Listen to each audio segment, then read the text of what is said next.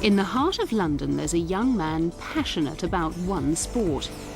It's a game that's little known, even here in its country of origin. Fives is a game that just grabs you. I love the fact that you have to use both hands and be ambidextrous. The speed of the game, the unpredictability from the ledges, and the fact that you have to react so quickly. The fact that so many different people can play the game. It's open and accessible to everybody. Traditionally, fives has been associated with some of the most exclusive schools in the country, and certainly not the inner cities. But James Toop, the national champion and one of the best players on the planet, wants to change all that. He hopes what's happening here will eventually help bounce Eton Fives closer towards the sporting mainstream. The Westway Sports Centre is close to London's fashionable Notting Hill district, but this neighbourhood is unlikely to feature in many Hollywood movies. The surrounding tower blocks and passing traffic don't suggest glamour or privilege. It's not exactly the place you might expect to find Eton Fives courts. But after building 4 courts on site, the centre is pioneering a Fives project with the aim of bringing the game to young people who otherwise would never be exposed to it. And their exposure begins with the basics of the sport. Eton Fives takes place on a very unusual 3-sided court. On the left-hand side, there's a shoulder-high projection called the buttress. At the bottom of this, there's a small space called the dead man's hole, which makes a natural target for players trying to kill a rally. The walls have sloping edges, and the court is divided by a step into an upper and lower playing area.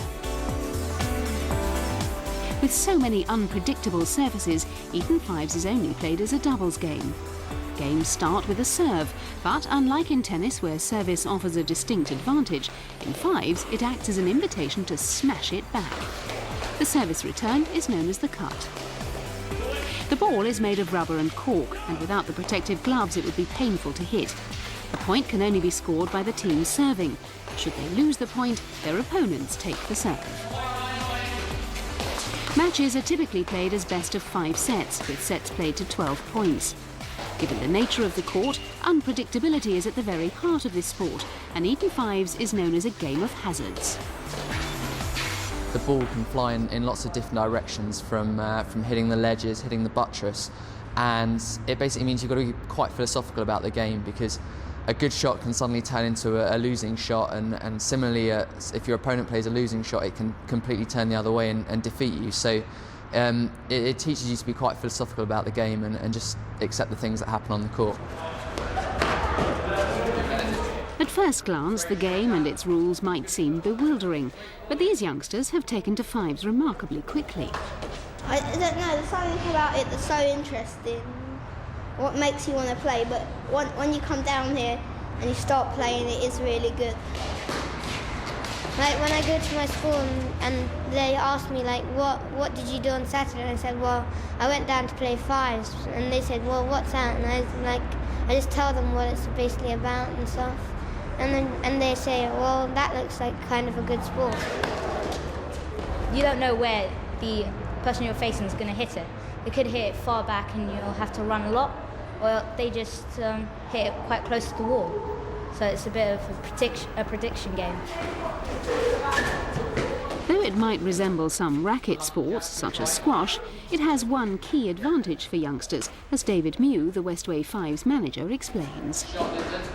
Fives forces and obviously encourages people to use both sides of their body.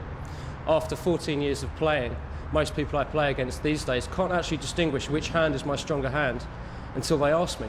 The more you play, the more your weaker side, be it your left or your right, improves. And in the end, overall, your entire body coordination is very balanced. But if Fives has so much in its favour, why is it so obscure today? Part of the answer may lie in its origins.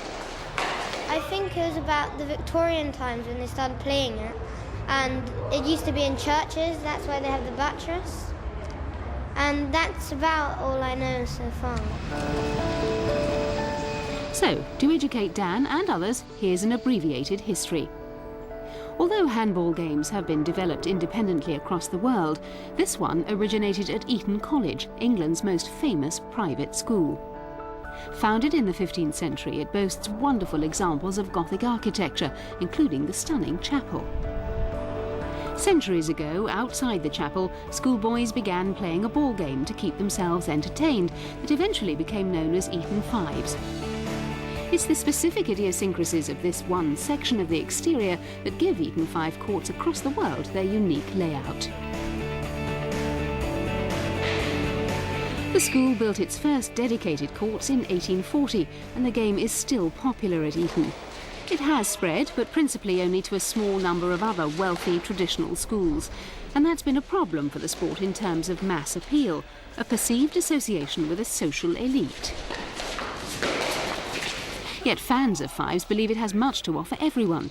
The area needed for courts is relatively small, and once constructed, running costs are low. The equipment needed is minimal.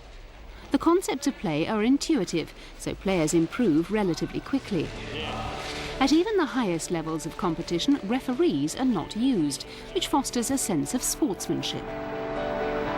Back at the Westway, there are signs fives is gradually getting noticed. Several local schools have started including fives within their curriculum, and it's hoped the Westway model will be copied elsewhere in the country. If that happens, James Toop and the other enthusiasts think fives could hit the mark with a whole new generation.